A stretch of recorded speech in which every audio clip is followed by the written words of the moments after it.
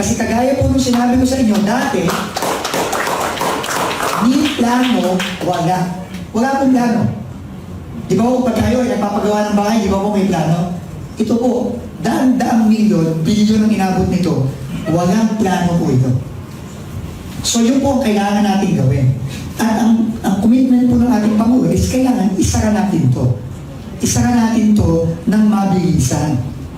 No? Isara po natin yan. Kasi yan po ang magiging umpisa na ng pagsusolusyon. Sabi nga ni Mayor kanina, St. Vince like Bernard, kahit hindi naman po kailangan buuin agad-agad.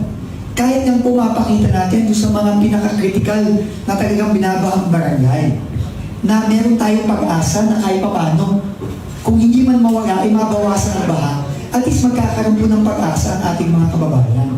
So yun po ang gagawin natin. So yun po ang una. No? Magbababa na po yung mga planning engineer natin, yung ating mga eksperto, simula sa susunod na linggo, ngayon po na na-survey na natin, at check-checkin na po natin kung paano na po natin maisasara itong mga gap na ito. O yan po, yung mga pula-pulang yan. Kailangan po, para po mag-cost na natin, para po sa susunod na budget, makakapag-budget na po tayo ng pondo para dito. Kasi po kinikwento ko lang po kayo ngayon, nung kami po ay pumasok sa DPWH, medyo talinin po yung kamay namin dahil po wala pong budget para sa flood control at flood mitigation ngayong 2026. So ito po yung ating tatlong major intervention. Yung una, yung immediate, yung short term, ito po, yung pagsasara ng mga gap, no? Na dapat sana kung hindi ninakaw ang pondo yung 6 billion, sana kahit papano nakatayo na ito. At by the way po pala, kaakibat din po pala nito, yung mga pumping station at floodgate natin. Yun din po, binaboy din po nila. Meron pong 5 pumping station. Punta po tayo sa Santa Elena para po abangan si Secretary Vince at si Secretary Benor Abalos. Kasama din po natin si Cons Pedro, Cons Carlo, Cons Glenn, and Cons Leno. Nandito na kami ngayon sa Santa Elena and hinihintay na namin sila Secretary. Kasama pa rin namin sila Mayor. Nandito na po si Secretary Vince Dizon at Secretary Benor Abalos. Nakikita na po natin sila at tayo po isasama sa kanilang paglilibot nang mapakita po natin ang mga proyekto na maaari pong ibaba sa bayang ito nang maibsan po ang tubig na ating nararanasan. Salamat po, dinilig ang ating panalangin at ang ating pong panawagan sa kanila na magtungo po dito sa ating bayan at tayo po ay mabisita man lamang at makita po ang aktwal na kalalagayan ng ating bayan. Nandito na sila Sec. Nasa kabilang bangka sila.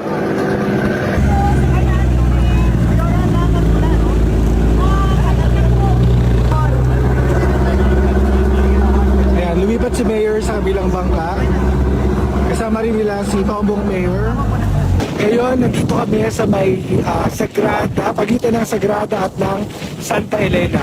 Nakita nila ngayon, itong hindi tapos na floodgate.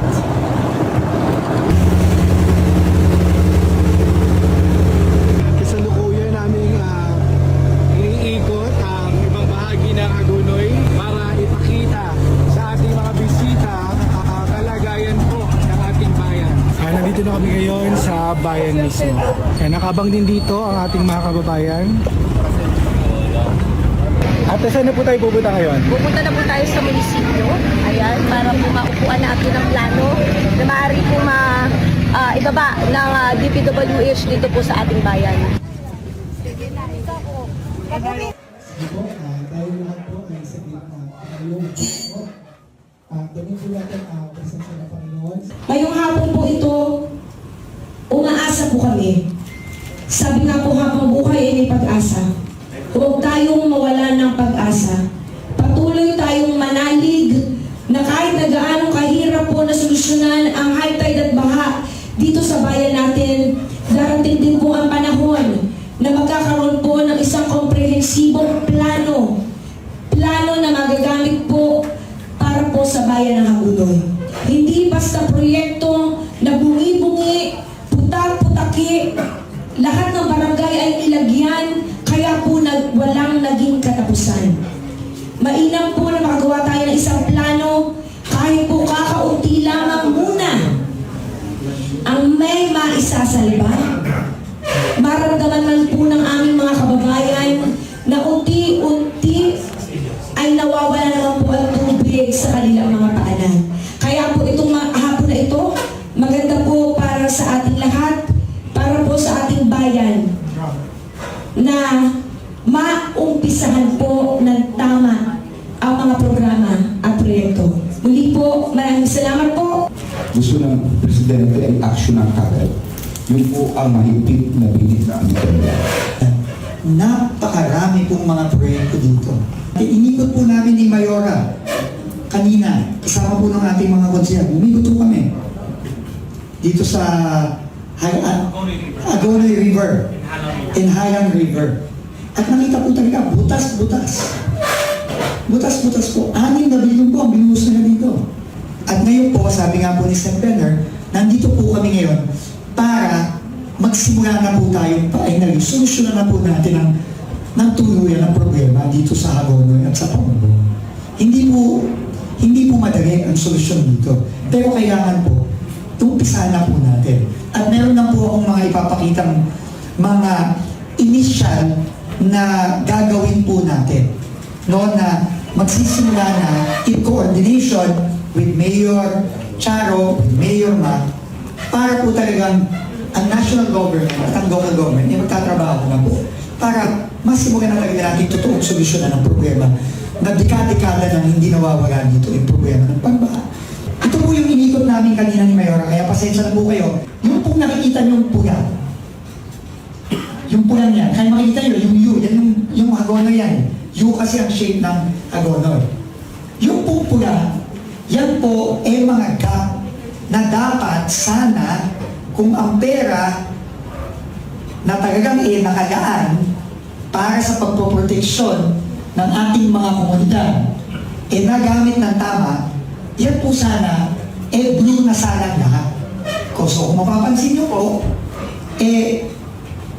yung blue, itong katiting-titing lang na ito, putol-putol. Yan po ang nagawa lang. At yung may mga iba pa dyan, sira-sira na. So, ang commitment po natin, kaya po namin inikot ni Mayora yan, kasi po, in fact, meron kaming nakita naman na meron ng mga nakatayo sa iba. No? Pero, yan po ang isa sa mga solusyon na makakatulong. Hindi po yan lang ang solusyon dahil marami po tayong ibang problema. Pero ito po, ang commitment namin kay Mayor, magpapadala na po kami ng aming expert consultant sa susunod na linggo para po i-detalye na po ang pagpaplano nito. Kasi kagaya po nung sinabi ko sa inyo, dati, ni plano, wala. Wala pong plano. Di ba po, pag kayo ay nagpapagawa ng bahay, di ba po may plano? Ito po, daan-daang milyon, bilyon ang inabot nito. Walang plano po ito. So yun po ang kailangan natin gawin. At ang commitment po ng ating Pangulo is kailangan isara natin to. Isara natin to ng mabilisan. No, isara po natin yan. Kasi yan po ang magiging umpisa na ng pagsusolusyon. Sabi nga ni Mayor kanina, Sen. Benner, kahit hindi naman po kailangan buuin agad-agad. Kahit yan po mapakita natin doon sa mga pinaka-critical na talagang binabahang barangay, na meron tayong pag-asa na kahit paano, kung hindi man mawala, ay mabawasan ang baha, at least magkakaroon po ng pag-asa ang ating mga kababayan. So yun po ang gagawin natin. So yun po ang una. No? Magbababa na po yung mga planning engineer natin, yung ating mga eksperto, simula sa susunod na linggo, ngayon po na na-survey na natin, at checkin na po natin kung paano na po natin maisasara itong mga gap na ito. O yan po, yung mga pula-pula niya. Kailangan po, para po mag-cost na natin, para po sa susunod na budget, makakapag-budget na po tayo ng pondo para dito. Kasi po kinikwento ko na po kayo ngayon, nung kami po ay pumasok sa DPWH, medyo talinin po yung kamay namin dahil po wala pong budget para sa flood control at flood mitigation ngayong 2026. So yun po ang aming limitasyon. Pero sa susunod po, magbase po dito sa plano na ibibigay sa atin ng ating mga konsultant, pwede po natin ihabol ito para sa 2027. Para po magawa natin. So, yun po yung una. No? Ito po, kailangan magawa to immediately. No? Immediately po ito. no, kailangan magawa na ito agad-agad. Ngayon po, pupunta na po ako sa mas malaking plano. No? Meron pong dalawang malaking plano po para hindi lamang sa bayan ng Hagonoy at ng Paumbong, pero pati po lahat ng coastal municipalities mula Ubando, Bulacan, parte po ng Malolos, Paumbong, Hagonoy, pati na rin po sa Pampanga, pati sa Masantol, tsaka sa Macabebe. No? Yung unang-una. Ito po ay kasama sa Pampanga River Basin Master Plan. Ito po ang kabilin-bilin ng ating Pangulo na kailangan, hindi tulad ng ginawa nila dati, na obviously pinagkakitaan nga at ninakaw ng nilang pera. Kailangan po ang mga gagawin natin ay base na sa maayos na master plan at pangmahalakihan at matagalang plano. At ang plano po, dito sa Bulacan, ay kasama sa Pampanga River Basin Master Plan. Kung mapapansin niyo po, meron pong napakalaking plano dyan, nakasama po ang Paumbong at ang Hagonoy. No, ito po, hindi po ito na-implement. Hindi po ito na-implement ng tama. No? Kasi nga po, hindi yun ang takay. Hindi yun ang ang gustong gawin. So ito po, sisimulan na rin po natin ito. Pero ito po, medyo malaki ang plano at kailangan po nito ng malaki ang pondo na kailangan natin i-source sa ating mga partners sa ibang bansa tulad ng bansang Hapon, ng Asian Development Bank at iba pa. So ito po, mas long term ito. At ang gagawin po dito ay magkakaroon po tayo ng mga malakihang mga dike para proteksyonan ang Bulacan sa Pampanga River. Kasi yun po ang pinakamalaking nagdudulot ng baha mula sa Ilnan. No? Dalawa po kasi ang problema, kagaya ng nasabi ni Mayor sa akin. Ang tubig po na nagbabaha ng Hagonoy at Paumbong ay nanggagaling sa taas, dito, mula doon ba isiya pa ulan. No? Pababa ng Pampanga River, bumabagsak po ang tubig dyan. Kasama na rin po dyan ang mga bayan ng Kalumpit at iba pang mga bayan ng Bulacan. Pero, and yung next slide, meron pong isa pang problema. Ang Hagonoy at ang Paumbong. At ang Ubando, ang Malolos at ang Bulacan. Meron din pong pinanggagalingan tayong tubig mula Manila Bay. So, nasa-sandwich po. No, yun po ang talagang masakit. No, nasa-sandwich po ang mga bayan natin ng tubig galing sa ilog at tubig galing sa dagat. So, kailangan po ma-address din po natin ang malaking problema ng tubig galing sa dagat. At ang pinakamalaki pong kailangan natin gawin ay yung pinropose po na nanggaling kay Congressman Abel Garcia at Governor Joel Garcia ng Bataan, yung pong tinatawag nilang Manila Bay Coastal Defense Dike Project. Ito po ngayon, nung pong December po ata ng 2025, sumulat po ako nung bagong DPWH Secretary po ako sa Asian Development Bank at humingi po tayo ng tulong sa kanila para sa pagpopondo nito. Mapapansin niyo po, ang diking ito ay magmumula-mula sa NCR, ang dadaan po sa Ubando, dadaan po sa Bulacan, dadaan po sa parte ng Malolos, Paumbong, Hagonoy, hanggang sa Pampanga, sa Masantol, sa Macabebe, hanggang sa Bataan. Yan po talaga ang magiging proteksyon nating lahat, no, sa pagpasok ng tubig dagat mula sa Manila Bay. Kagaya po ito ng mga malaki project na nakikita nyo sa ibang bansa. Pero malaki po ito. Major po itong proyekto ito. At ito po ay kailangan na natin ng tulong ng mga dayuhan natin, mga partner.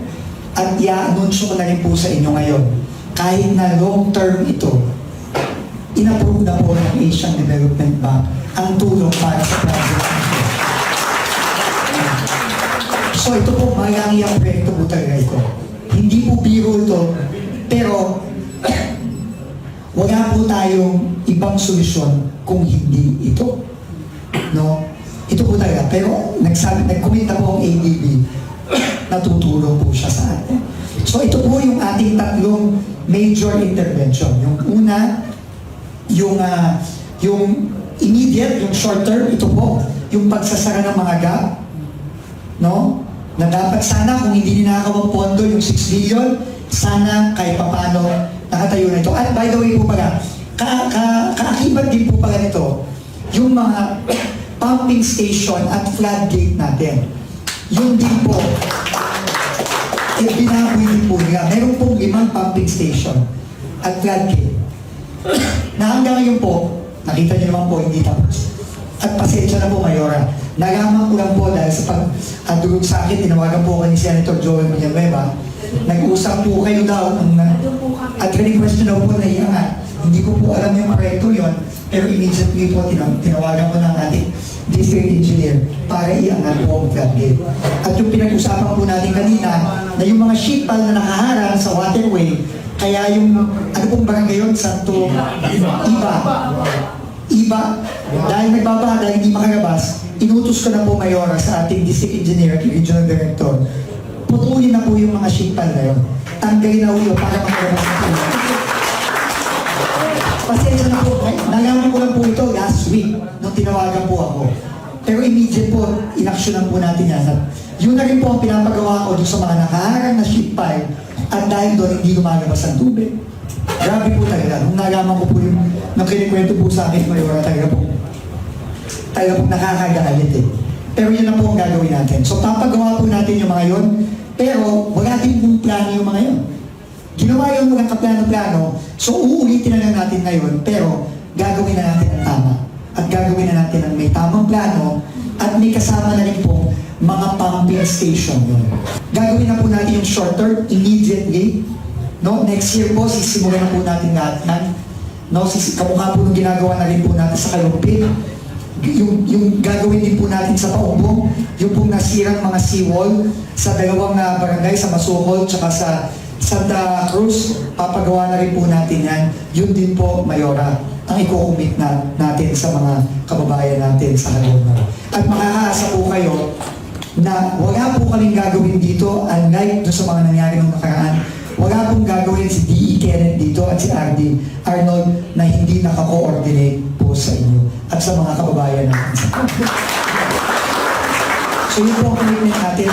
Magsisimula na po tayo dyan sa pagpaplano ng tama at hinihiling last na lang po, Mayora, sa atin naman pong mga civil society, lalo na sa ating Digagonoy, bantayan niyo po kami.